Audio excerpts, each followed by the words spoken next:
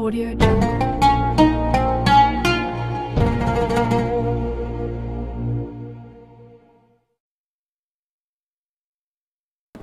Kata Nabi SAW, kullu mur'in tahta zilli sadaqati. Setiap orang yang mati nanti akan dibangkitkan di padang mahsyar. Tak ada tempat bernaung, tak ada tempat berlindung, tak ada payung, tak ada rumah, tak ada pokok kayu, tak ada gunung, tak ada bukit. Semuanya hancur lebur. Maka pada saat itu ada orang yang tenggelam kerana peluhnya hingga ke kaki. Ada yang tenggelam kerana peluhnya hingga ke pinggang.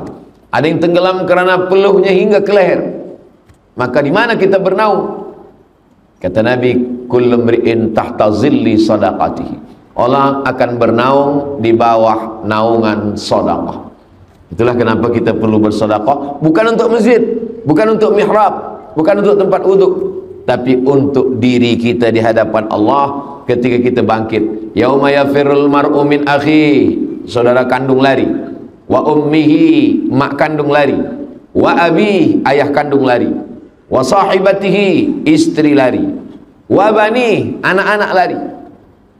Kawan tak ada disebut, sebab kawan biasanya waktu senang, waktu kenyang, waktu lenang, waktu tenang. Kalau sudah susah, hilang. Orang menang banyak kawan, orang kalah punya teman sejati.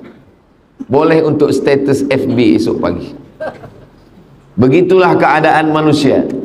Maka yang disebutkan Al-Quran cuma 5 saja. Akhi, saudara. Ummi, emak. Abi, ayah. Sahibati, istri, suami. Wabani, anak-anak. Kelima-limanya meninggalkan kita. Kenapa? Likulli mri'in minhum yawma idzin sya'nun yughnih. Semuanya sibuk mengurus urusan masing-masing. Jangankan di dunia, selama di negeri masing-masing sebelum berangkat ke tanah suci, berkawan, bersahabat dekat. Begitu sampai ke airport, mulai masing-masing cop paspor, masing-masing mencari koper. Begitu sampai beg, semua sibuk dengan urusan sendiri, tak lagi kenal mengenal.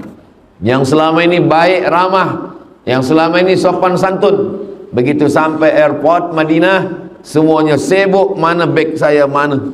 Dah lah dapat beg, semua dah keluar, baru dia tengok, oh ada Ustaz Abdul Somad. Belum lagi di akhirat, belum lagi di padang mahsyar, semuanya sibuk dengan urusan masing-masing. Lalu di mana kita bernaung? Yang pertama, kullu mri'in tahta zilli sadaqatihi. Setiap orang bernaung di bawah naungan sedekah. Jadi kalau kita nak tolong Masjid Ar-Rahim, saya bukan tolong mihrab, saya bukan tolong tempat wuduk, saya sedang menolong diri saya di padang mahsyar nanti. Begitulah niat kita dalam hati. Kerana kalau kita mengatakan ini dari saya untuk mihrab masjid, ini dari saya untuk tempat wuduk, bila dia jadi nanti kita akan berkata, kalau tak ada saya, maka tempat wuduk tak jadi. Kalau tidak ada saya, mihrab masjid tak jadi. Maka disitulah rusaknya amal kita.